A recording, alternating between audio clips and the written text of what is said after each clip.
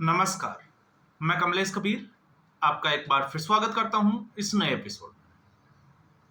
किसी शायर ने बहुत खूब कहा है और क्या कहा है कि अकेला रोना बड़ी गजब की कारीगरी होती है, क्योंकि इसमें सवाल भी खुद के होते हैं और जवाब भी खुद के होते हैं। इस वक्त कांग्रेस पार्टी की हालत यही है। और क्यों है? क्योंकि 2014 के बाद से कांग्रेस पार्टी, या हम कहें कि नरेंद्र मोदी ने एक भी ऐसा मौका नहीं दिया जिसपे कांग्रेस पार्टी खुश हो सके। अब यह कांग्रेस पार्टी ने अपने स्वभाव का एक हिस्सा बना लिया। उसने तय कर लिया है कि हम खुश होंगे ही नहीं, इसलिए हमने इस कहावत का जिक्र किया है। और ऐसी कारीगरी जो है वो किसी किसी में ही होती है। इसलिए आपने देखा, केंद्र सरकार कुछ भी करे, ताजा उदाहरण लेते हैं हम, पहलगाम अटैक हुआ तो भी कांग्रेस पार्टी ने अपना रोना धोना शुरू कर दिया, इसलिए कि प्रधानमंत्री नरेंद्र मोदी कुछ करते क्यों नहीं। सवाल पूछे जा रहे थे। और फिर जब ऑपरेशन सिंदूर शुरू हुआ तब भी कांग्रेस पार्टी ने रोना शुरू कर दिया। दिखावे के लिए समर्थन करने की बात की, लेकिन बॉडी लैंग्वेज और चेहरे की उदासी, प्रेस कॉन्फ्रेंस पे जब आए तो सब कुछ बयां करके चली जाती है। फिर उसके बाद सीज फायर। तो आप एक के बाद एक अगर आप कांग्रेस पार्टी को देखोगे तो स्थिति यही बनी हुई है। अब ऐसे में प्रधानमंत्री नरेंद्र मोदी ने दिल्ली के लाल किले से पूरे देश की जनता को एक वादा किया था कि वो दिवाली से पहले एक बड़ा तोहफा देने वाले हैं। मतलब जीएसटी की जो स्लैब थे उसमें कटौती, पहले से ही इसकी प्लानिंग पूरे तरीके से की जा चुकी थी। अब आप देखिए विडंबना, कांग्रेस पार्टी इसका क्रेडिट तो लेने की कोशिश कर रही है, लेकिन दूसरी तरफ रोना धोना शुरू कर दिया कि इसकी टाइमिंग को लेकर, क्योंकि बिहार में चुनाव है इसलिए भारतीय जनता पार्टी ने ऐसा किया है। तो सवाल कोई ये पूछे कि इस देश में कब चुनाव नहीं होते। इस साल जो है वो हम बिहार का चुनाव देख रहे हैं, फिर पश्चिमी बंगाल पे चले जाएंगे अगले साल, तब तक जो है वो उत्तर प्रदेश और पंजाब के चुनाव आ जाएंगे। तो कोई ऐसा कोई साल है जिसमें चुनाव नहीं होते? वो तो हर साल चुनाव होते हैं। और ऐसे में अगर कांग्रेस पार्टी ये कहती है कि राहुल गांधी की बात मानी गई है या नरेंद्र मोदी दबाव में किया है क्योंकि बिहार का चुनाव सामने है, तो फिर मुझे लगता है वो भी अच्छी बात है। कम से कम इससे देश का भला तो होगा। अब जब हम जीएसटी की बात करते हैं तो आखिर जीएसटी पर विपक्ष का रोना धोना क्यों शुरू हो चुका है? तो पहले हम इस मेन मुद्दे पर आए, उससे पहले एक चीज हम समझ लेते हैं। 2017 में जब जीएसटी आया था तो इस देश को जरूरत थी, क्योंकि बड़े बड़े इंडस्ट्रीज से लेकर छोटे छोटे उद्योग जो चलाने वाले लोग थे वो ये चाहते थे कि उनको अलग अलग तरीके से टैक्स नहीं देना पड़े, इसलिए एक ही टैक्स की व्यवस्था होनी चाहिए। तो जीएसटी लाया गया।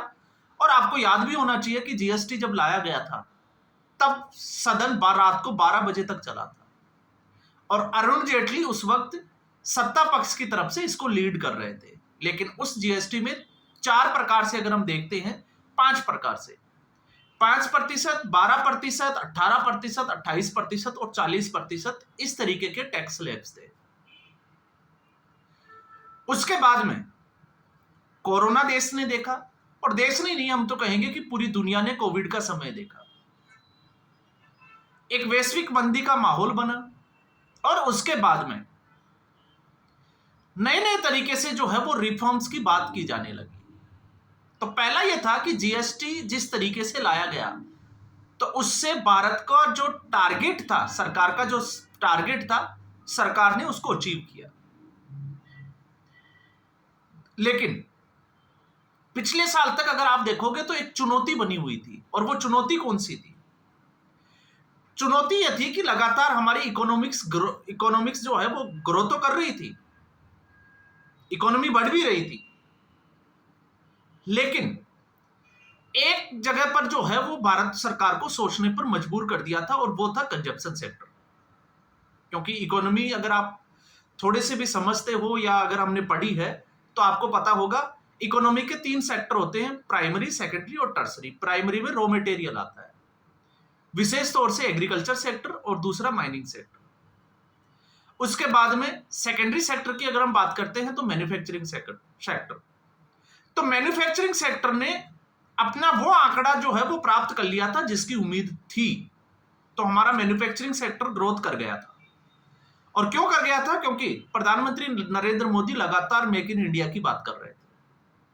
और आज की स्थिति में अगर हम देखते हैं तो भारत ने अपना स्वदेशी चिप तक बना लिया, तो ये भारत का जो है वो अपने आप में एक अचीवमेंट है। लेकिन समस्या ये थी कि कंजप्शन सेक्टर में, क्योंकि खपत जो है वो मैन्युफैक्चरिंग के मुकाबले कम हो रही थी, और खपत के कम होने की वजह क्या थी? तो वजह यह थी, सारे अर्थशास्त्री जो है वो इसका अनुमान लगा रहे थे कि लोगों की बचत नहीं हो रही, सेविंग नहीं हो रही। तो आप सीधे से जो है वो इसको जोड़कर देख सकते हैं, अगर किसी व्यक्ति की 20,000 रुपए अगर तनख्वाह है, 30,000 है या 40,000, जितना पैसा वो कमा रहा है, अगर उतना पैसा उसका खर्च हो रहा है तो उसको कहीं ना कहीं अपने भविष्य को देखते हुए कुछ बचत भी तो देखनी होगी। और अगर बचत नहीं होगी तो वो दूसरी जगह पर खर्च कैसे करेगा? ये एक बड़ा सवाल था,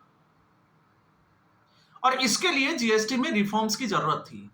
तो जहां आपको पता होगा, राहुल गांधी जब ये जीएसटी टैक्स आया था तो इसको गब्बर सिंह टैक्स का नाम देते थे, लेकिन अब इस जीएसटी ने, गब्बर सिंह ने अपनी चाल बदली और अपना नामकरण जो है वो खुद ही कर दिया, और नाम बदलकर रख लिया इसने गरीब सेवा टैक्स। अब गरीब सेवा टैक्स को अगर हम देखते हैं इस जीएसटी को, तो इसमें क्या बदलाव किया गया? तो इसमें बदलाव यह किया गया कि इसमें 5%, 12% और 40% सिर्फ और सिर्फ जो है वो 3 ही स्लेब रखे गए, बाकी के सारे स्लेब जो है वो हटा दिए गए। और उससे भी बड़ी बात जो हमें समझनी चाहिए, एजुकेशन और हेल्थ के नाम पर इसके अलावा 5% का जो सेस लगता था, और वो सेस ऐसा नहीं है कि 40% स्लेब पे लगता था, वो 5% पे भी लगता था, वो 12 पे भी लगता था, वो 18 पे भी लगता था, उसको परमानेंटली हटा दिया गया। तो इसका मतलब आप किसी भी स्लेब में आते हो, किसी भी कैटेगरी में आते हो, आपको 5% का फायदा तो होना ही होना है। और फिर उसके बाद में 5% में अगर हम देखते हो तो घरेलू जो सामान होता है, टूथपेस्ट से लेकर हम बात कर सकते हैं नमकीन, भुजिया, दूध, सिलाई मशीन, ये सारी चीजें जो है वो 5% के उस स्लेब में रखी गई है।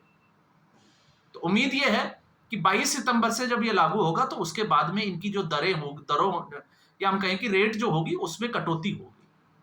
इसके अलावा जो 28% के स्लेब में आते थे, चाहे वो मोटरसाइकिल हो, कार हो, या फिर और कोई एसी हो, टीवी हो, तो उन सभी को जो है वो 28% से हटाकर 18% पर डाल दिया है। अब इससे जो फायदा होगा वो ये फायदा होगा कि जो सामान है, जैसे अगर किसी को गाड़ी, मध्यम परिवार को गाड़ी की जरूरत है, तो गाड़ी की जरूरत है तो अब उसको मिनिमम 42,000 से लेकर मैक्सिमम जो है वो 88-90,000 तक का फायदा है। मतलब सीधे तौर पर भारत में अगर आप बात करोगे तो सबसे ज्यादा बिकने वाली गाड़ी है स्विफ्ट गाड़ी, मारुति सुजुकी की। और मारुति सुजुकी की जो ये गाड़ी है उसके ऊपर लगभग जो है वो 80 से 88,000 की बचत जो है वो उपभोक्ता की है जो उसको खरीदेगा। तो आप सोचकर देखिए, अगर कोई एक मध्यम परिवार का व्यक्ति अगर गाड़ी खरीदता है, 88,000 रुपए अगर उसके बचते हैं, तो वो इस पैसे को दूसरी जगह खर्च करना चाहेगा, चाहे वो टीवी खरीदना हो, एसी खरीदना हो या टू व्हीलर खरीदना हो। तो इससे खपत बढ़ेगी, और अगर डिमांड बढ़ेगी, खपत बढ़ेगी, तो आप मानकर चलिए, क्योंकि इस वक्त ऐसा क्यों जरूरी हो गया था, क्योंकि ऐसी स्थिति में कि जब मैन्युफैक्चरिंग जो है वो सेक्टर काम कर रहा है लेकिन कंजप्शन कम हो रहा है, उस वक्त इस देश की जीडीपी ने 7.8% का जो है वो आंकड़ा छू लिया। तो आप मानकर चलिए, अनुमान यह है कि किसी भी तरीके से इस ग्रोथ को जो है वो 8% से ऊपर लाया जाए, और इसी के लिए जो है वो ये प्रयास किया जा रहा है। तो ऐसे में आप समझ सकते हैं कि जो जीएसटी में जो बदलाव किया है, जो भी रिफॉर्म्स आया है, और जीएसटी ऐसा नहीं है कि यह केंद्र सरकार का ही मुद्दा है, कि इस जीएसटी को जब लाया गया था तो इस पे काम करके इस तरीके से इसको तैयार किया गया था कि इसमें संबंधित राज्यों के मुख्यमंत्री, तो जितने भी जो हमारे राज्य हैं उनके मुख्यमंत्री और जितने केंद्र शासित प्रदेश है उनके लेफ्टिनेंट गवर्नर इसमें शामिल थे, उनसे राय लेकर और फिर उसके बाद में जो है वो एक पूरा ये ढांचा तैयार किया जाता है। तो आपको पता ही होगा सालाना जो है वो जीएसटी की बैठक भी होती है, और उस जीएसटी की बैठक में केंद्रीय जो केंद्र सरकार है उसके साथ में जो राज्य की जो सरकारें हैं उनके मुख्यमंत्री और लेफ्टिनेंट गवर्नर भी शामिल होते हैं। तो पहले इस देश को, क्योंकि कांग्रेस पार्टी भले ही जो है वो अब इसकी क्रेडिट वॉर में हो, लेकिन एक चीज तय है कि कांग्रेस पार्टी भी तो ला सकती थी, लेकिन कांग्रेस पार्टी ने ऐसा नहीं किया। अब केंद्र सरकार ने ऐसा किया है, तो केंद्र सरकार ने जब जीएसटी लागू किया तब भी ये विपक्ष जो है वो ये रोना रो रहा था कि ये गब्बर सिंह टैक्स है। और विपक्ष के अगर सोच की अगर हम बात करें तो विपक्ष ये चाहता था कि सबको जो है वो एक ही तरीके के टैक्स स्लैब पे लाया जाए। अलग अलग क्यों? 40% का अलग और 5% का अलग। तो ऐसी श्रेणी में अगर हम देखते हैं तो आप खुद सोचकर देखिए, एक व्यक्ति जो 70 लाख की गाड़ी चलाता है और एक 3 लाख की गाड़ी, क्या दोनों एक ही है? तो इसमें सवाल यह था कि जो लग्जरी लाइफ जीने वाले लोग हैं तो उनका टैक्स स्लैब और जो मिडिल पर क्लास की जो फैमिलीज है उनका टैक्स स्लैब एक ही क्यों होना चाहिए? जो टैक्स दे सकते हैं आखिर अगर उनसे सरकार टैक्स लेती है तो इसमें फिर दिक्कत क्या है? तो इसलिए अब जो है वो दो ही है, मिडिल क्लास और दूसरा लग्जरी। तो एक तरफ आपको पता होगा 40%, 28 को जो है वो 18% पे ले आए और इसके अलावा 5%।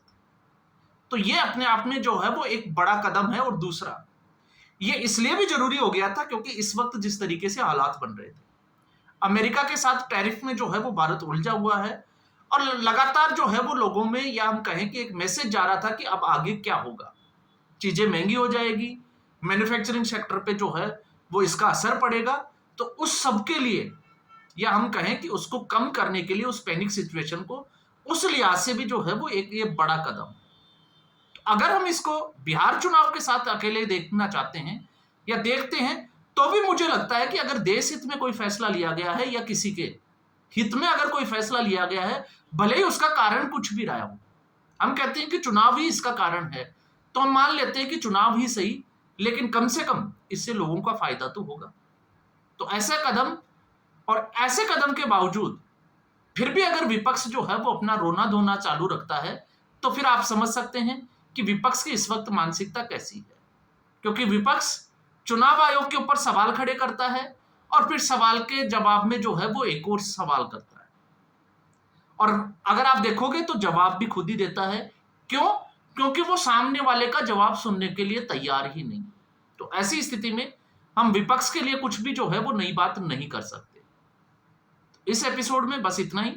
उम्मीद करूंगा वीडियो एपिसोड आपको पसंद आया होगा। वीडियो को लाइक करें, शेयर करें, चैनल जरूर सब्सक्राइब करें।